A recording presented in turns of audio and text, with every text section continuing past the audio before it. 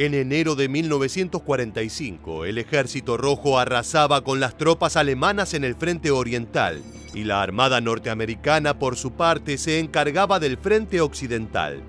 Adolf Hitler poco a poco se hacía a la idea de que su derrota era inminente. Refugiado en un búnker construido especialmente bajo sus indicaciones, los últimos meses en la vida del Führer se vieron consumidos por el terror y la paranoia. Luego de lo que había ocurrido con su semejante italiano Benito Mussolini, Hitler deseaba evitar a toda costa el ser atrapado por las fuerzas aliadas. Resulta que el cadáver del líder fascista había sido profanado de forma terrible por el pueblo italiano luego de su fusilamiento. La cabeza del imperio nazi no quería bajo ninguna circunstancia darle la satisfacción a sus enemigos de violentar su cuerpo ya fallecido. Sin embargo, Adolf Hitler no intentó escapar de Berlín debido a que la misión era prácticamente imposible. El Führer optó por desposar a su pareja Eva Braun, con quien se suicidaría horas después, ella envenenada y él de un disparo en la cabeza. Los cuerpos de ambos fueron incinerados para evitar que los soviéticos pusieran sus manos sobre ellos. O por lo menos eso es lo que dicen las fuentes oficiales. Hoy en Historia Militar te traemos una recapitulación de lo que fueron los últimos días en la vida de Adolf Hitler, una de las figuras más sanguinarias en la historia. ¿Estás listo? Entonces prepárate para viajar en el tiempo. A comienzos de 1945, la sensación general, tanto para los aliados como para el eje, era que la Segunda Guerra Mundial llegaría a su fin.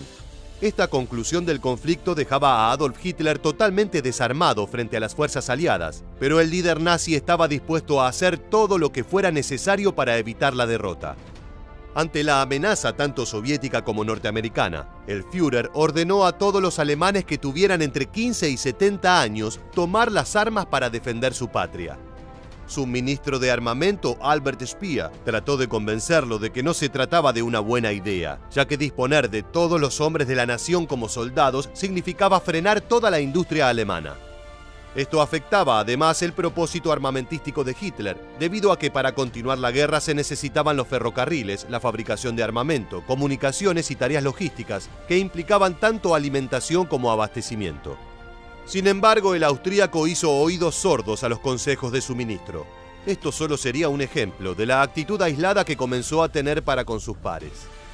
El 16 de enero, Hitler tomó la decisión de encerrarse en su Führerbunker, instalación que había mandado a construir bajo el edificio de la Cancillería, con el fin de que fuera un lugar seguro ante la posibilidad de atentados contra su persona. El búnker contaba con más de 30 ambientes, equipamiento, un sofisticado sistema de ventilación, el camuflaje perfecto para no ser descubierto y la impenetrabilidad asegurada debido a gruesas paredes de hormigón que tenían, según el caso, entre 2 y 4 metros de grosor. Si bien las reuniones con los altos mandos eran realizadas en la Cancillería, poco a poco el líder nazi fue recluyéndose más y más dentro de esta estructura, lugar donde su paranoia crecería paulatinamente con el deterioro de sus fuerzas armadas. Durante sus últimos días de vida comenzó a haber traiciones en todos lados. Su estado de paranoia comenzaba a resultar una piedra en el zapato de sus oficiales más allegados. Fue así como llegó a acusar a Heinrich Himmler de traición por intentar negociar una paz con los aliados, así como a Hermann Göring debido a la creciente sospecha de que éste se encontraba planificando un golpe de Estado. Ambos fueron destituidos de todos sus cargos y apresados. En el recinto, otros de los oficiales que aún le eran leales vieron cómo sus delirios se volvían cada vez más habituales. Uno de ellos se produjo el 27 de abril, cuando el líder nazi hizo llamar a Otto Gunge, oficial de las SS, y le ordenó que movilizara a sus 8.000 soldados para romper el cerco ruso que se cernía sobre la ciudad. El subordinado no entendió la petición, pues ya le había hecho saber a su jefe que disponía solo de 2.000 militares mal organizados. Aquello no pareció encajar bien en la desquiciada mente del alemán, quien solo acusó a su oficial de mentiroso. Algo de lo que poco se habla en referencia a los últimos días de Hitler y su régimen es el impacto que tuvo la inminente derrota en un ejército que hacía todo lo posible por sobreponerse a la apática situación.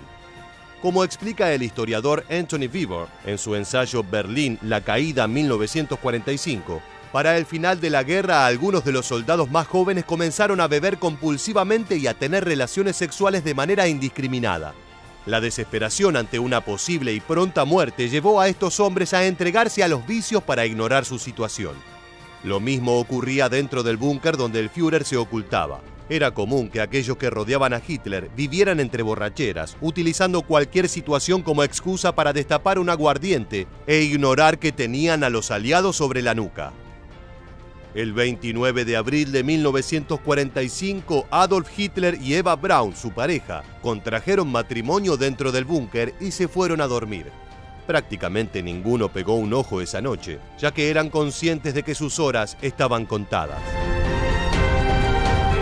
Luego de que Benito Mussolini y su amante Clara Petacci fueran fusilados juntos, y los cuerpos de ambos fueron violentados y profanados por un enfurecido pueblo italiano, Hitler quería huir a toda costa de este destino, tanto para él como para su reciente esposa, por lo que ambos decidieron morir juntos, no sin que antes el nazi diera instrucciones específicas sobre lo que se debía hacer con su cadáver luego de fallecido.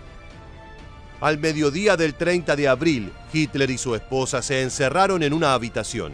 Para las 3:30 p.m. se escuchó un disparo desde el interior de la misma.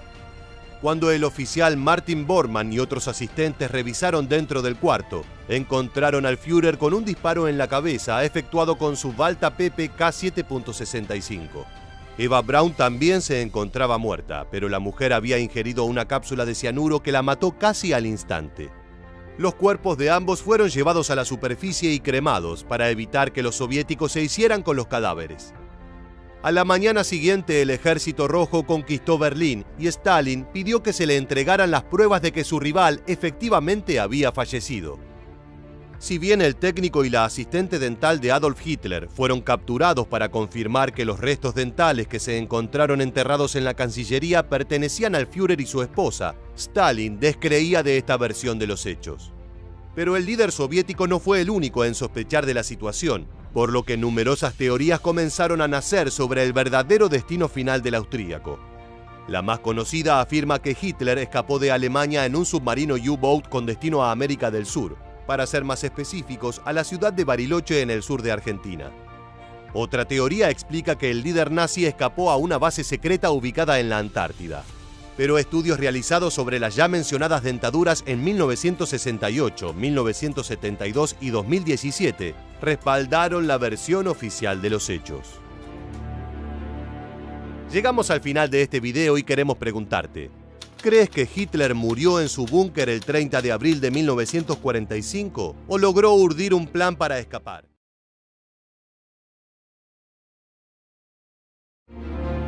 El Fiat 1100 avanzaba velozmente sobre la carretera que une Milán con la pequeña localidad italiana de Dongo. El conductor, el partisano comunista Walter Audisio, mejor conocido como el Coronel Valerio, miraba hacia adelante, evitando cualquier contacto visual con sus pasajeros. En el asiento de atrás se revolvían entre nervios el líder fascista Benito Mussolini y su amante, Clara Petacci. Berlín había caído frente a los soviéticos y las tropas aliadas liberaban Italia de un pueblo a la vez en un avance implacable que auspiciaba el imposible regreso al poder del duce. Pese a todo esto, Mussolini contaba con que sería enfrentado a un juzgado civil y mantenía una vaga esperanza de salir con vida junto a su mujer. El hombre que viajaba en la parte de atrás del Fiat había creado el fascismo en toda Europa. Luego de tomar el poder en Italia, Mussolini sirvió de gran inspiración para otro dictador que acabaría muriendo junto a su esposa, Adolf Hitler. Aunque el poder de Mussolini resultó siendo mucho menor que el del Führer, a la larga el italiano expandió el movimiento nacionalista con un puño de hierro por todo su país. El orden que los camisas negras llevaron por Italia estaba cargado de sangre y plomo, y millones de personas fueron asesinadas en los barrios de las provincias más pobres, así como gitanos, judíos y otras etnias fueron deportadas hacia los campos de concentración.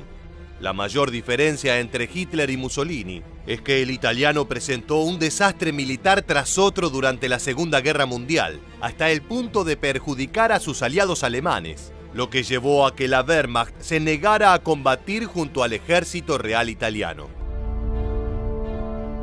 Pero ese deseo se vio totalmente devastado cuando Audicio condujo el automóvil hacia una granja aislada y obligó a sus pasajeros a bajar.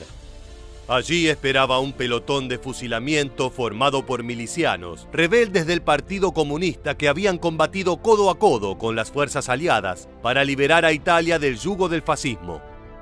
El gran líder de los camisas negras, que alguna vez fuera la inspiración de Francisco Franco o del mismísimo Adolf Hitler, fue conducido hacia la pared frontal de la casa.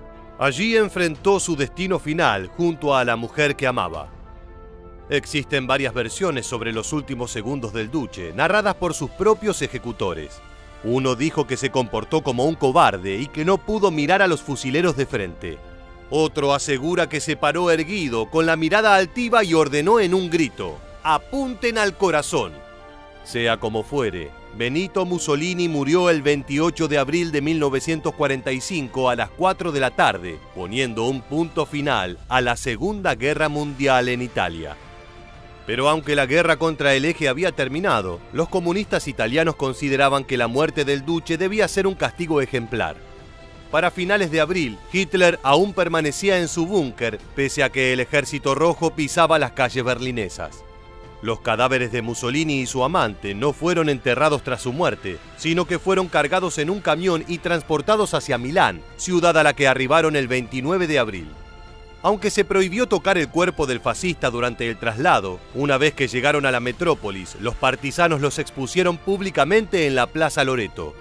Allí los restos de Mussolini y Petracci fueron sometidos a toda clase de ultrajes por parte de una muchedumbre cargada de odio, de los partisanos comunistas, de la policía e incluso del cuerpo de bomberos de Milán. Para la tarde, las golpizas, los cortes y otras profanaciones habían dejado el cuerpo del duce irreconocible y completamente desfigurado, aunque el cadáver de Clara Petracci no resultó tan dañado, probablemente porque el dictador fue el foco del violento desprecio del pueblo italiano. Como un gesto de revancha, los comunistas colgaron los cuerpos cabeza abajo en una gasolinera. Esto no fue arbitrario, ya que este era el mismo método de humillación pública post-mortem que los hombres de Mussolini habían usado para castigar a los comunistas rebeldes. De hecho, en esa misma gasolinera habían colgado de esa forma los cadáveres de 15 partisanos antifascistas un par de meses antes de que el cuerpo del propio duce decorara el siniestro espectáculo. Una curiosa celebración, tanto del triunfo como de la venganza. Hasta el día de hoy se debate si esta forma de tratar los cuerpos del duce y su mujer fue la correcta o se trató de un exceso de brutalidad que mostró la peor cara de los movimientos rebeldes.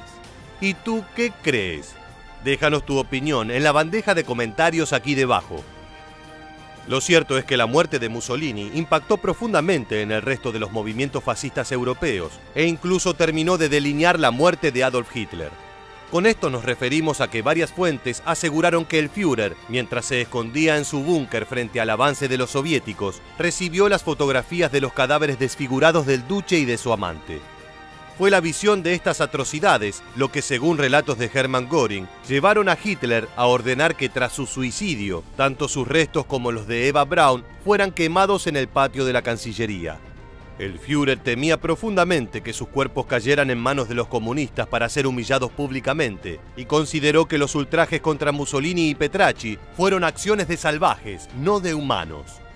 También algunos historiadores aseguran que la noticia afectó profundamente a Hitler y terminó de empujarlo al suicidio, algo que haría 2 días después, el 30 de abril de 1945. Es importante aclarar que Hitler era un profundo admirador de Benito Mussolini. Cuando el Führer aún era un veterano de la Primera Guerra Mundial, que organizaba mítines en bares alemanes, el maestro de escuela italiano ya había organizado un amplio movimiento nacionalista, anticomunista y expansionista, que amenazaba con tomar el poder en una Italia revuelta, anárquica y dividida. Cuando el duce asumió el poder en 1922, con la asistencia de sus camisas negras, las milicias fascistas que actuaron como el ejército privado del líder, Hitler consideró que quería ser como el italiano, y así se dio origen tanto al partido nazi como a las SS, sus propias camisas negras. Aunque el Führer mantuvo una estrecha amistad con su contraparte italiana, aprendió con el tiempo a no sobreestimar.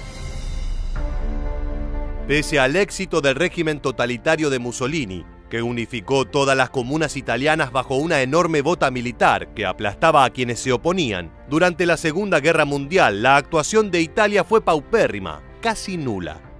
Desde un principio, la estrategia del Duce fue simplemente asistir el avance de Hitler, quien dominó la ofensiva desde un primer momento. E incluso de esta manera demostró ser un general deficiente, incapaz de sostener una campaña a largo plazo.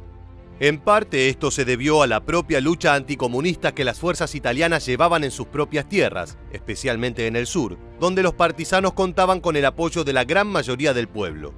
Aunque fue implacable con los propios italianos, la mano militar del Duce no podía extenderse ni muy lejos ni muy fuerte. Un ejemplo cabal de esto, que definió la incapacidad del ejército de Italia de estar a la altura de los alemanes, fue la actuación de la Armada italiana en Rusia, que formó parte minoritaria de la invasión de Hitler a la Unión Soviética. Con bastante ilusión por participar, el Duce envió 3 divisiones del Regio Esercito, que avanzaron junto a la Wehrmacht exitosamente en Ucrania, aunque los generales del Tercer Reich creían que eran más un lastre que ayuda efectiva. Sin embargo, el peor momento del ejército italiano llegó durante la batalla de Stalingrado, donde unos 130.000 soldados italianos fueron desplegados en un cinturón defensivo a 270 kilómetros de la ciudad soviética, que debía proteger al sexto ejército alemán, el cual lideraba la ambiciosa campaña. El problema era que la armada italiana en Rusia no estaba equipada para resistir en el brutal invierno euroasiático. Los soldados de Mussolini enfrentaron enormes dificultades, tan solo para cavar las trincheras, sin mencionar que jamás pudieron levantar un cerco defensivo sólido. Fue por este motivo que de manera insidiosa, el Ejército Rojo lanzó su primer contraataque contra los italianos. La batalla fue un desastre para los hombres de Mussolini, que no tuvieron ni una oportunidad contra los soviéticos. De los 130.000 hombres destacados en Stalingrado, 20.000 murieron, 64.000 fueron capturados y la mayoría de los que lograron salir con vida lo hicieron gravemente heridos. El desastre militar de Italia en la Unión Soviética no solo puso en jaque a las fuerzas de Hitler, sino que representó el principio de la pérdida de influencia del fascismo y de Mussolini en la propia Italia, que llevaría a una eventual traición contra el Duce. No obstante, esto jamás dañó el cariño que Hitler tenía por el italiano, a quien admiró y siguió en sus pasos hasta luego de su muerte.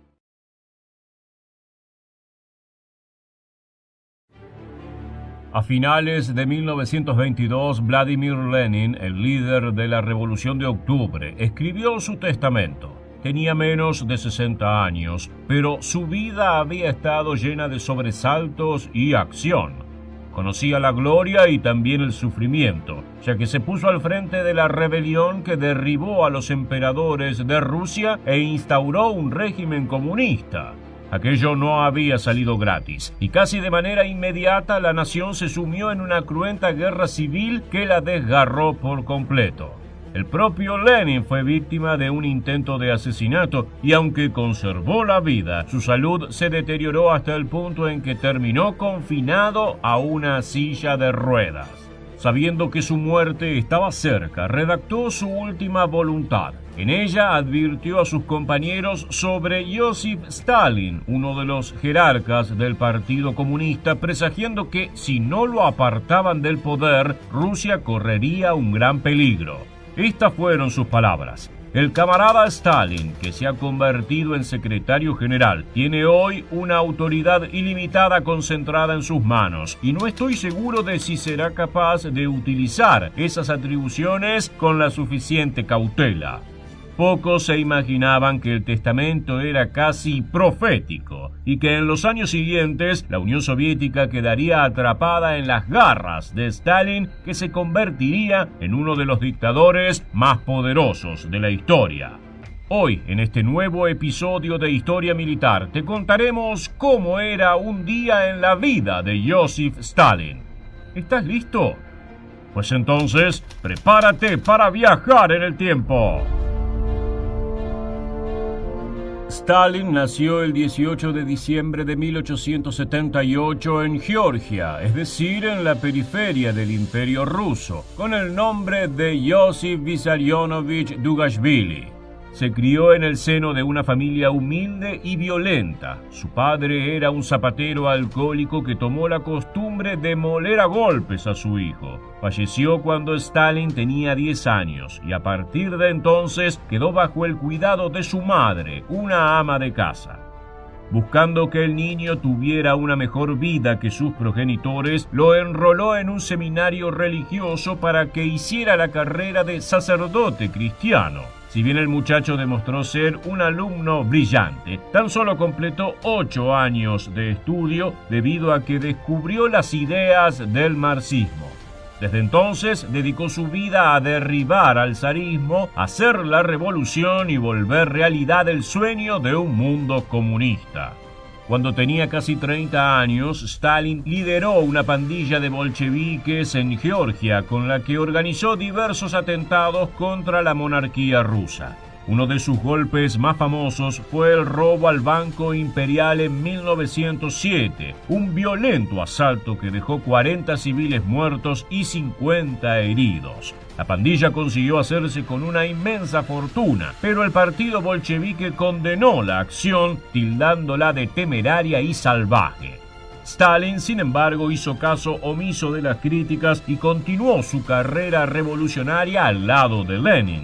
Poco después de 1917, la Revolución de Octubre había destruido al zarismo y Rusia se encontraba en camino a convertirse en un país comunista. Stalin escaló posiciones en el partido hasta llegar a ser uno de los mandamases del comunismo. No obstante, como te contábamos al inicio del video, Vladimir Lenin advirtió las peligrosas actitudes de su camarada y en su testamento alertó sobre ellas a sus compañeros. El viejo líder bolchevique creía que Stalin tenía que ser apartado del gobierno, porque si seguía acaparando poder podría convertirse en un tirano. A pesar de su dureza, las últimas palabras de Lenin fueron ignoradas, algo que terminaría siendo un grave error. Entre finales de los años 20 y comienzos de los 30 se convirtió en la máxima autoridad del Partido Comunista y por ende de la Unión Soviética. Veamos cómo era un día ordinario en su vida. El secretario general Stalin vivía con su esposa y sus 2 hijos, Vasily y Svetlana. Se despertaba temprano y disfrutaba de un desayuno ligero típicamente ruso, que consistía en té negro, huevos fritos y salchichas polacas. A continuación se iba al Kremlin, al Palacio de Gobierno, que estaba ubicado cerca de su departamento. Allí se pasaba el día en reuniones con políticos, militares y directores de fábricas, administrando el destino de la nación y el futuro del comunismo. Todos aquellos que lo conocieron remarcan el dinamismo y la hiperactividad de Stalin. El secretario general dedicó su vida a la política, una actividad en la que se comportaba como un ajedrecista. De a poco logró deshacerse de sus rivales, quienes fueron enviados al exilio, encarcelados en los terribles gulag o enjuiciados por traición a la patria y condenados a muerte. La vida de Stalin dio un rotundo vuelco con la temprana muerte de su esposa Nadiezhda. La pareja siempre había tenido problemas maritales, pero en los últimos tiempos se exacerbaron debido a que ella sospechaba que él estaba siendo infiel.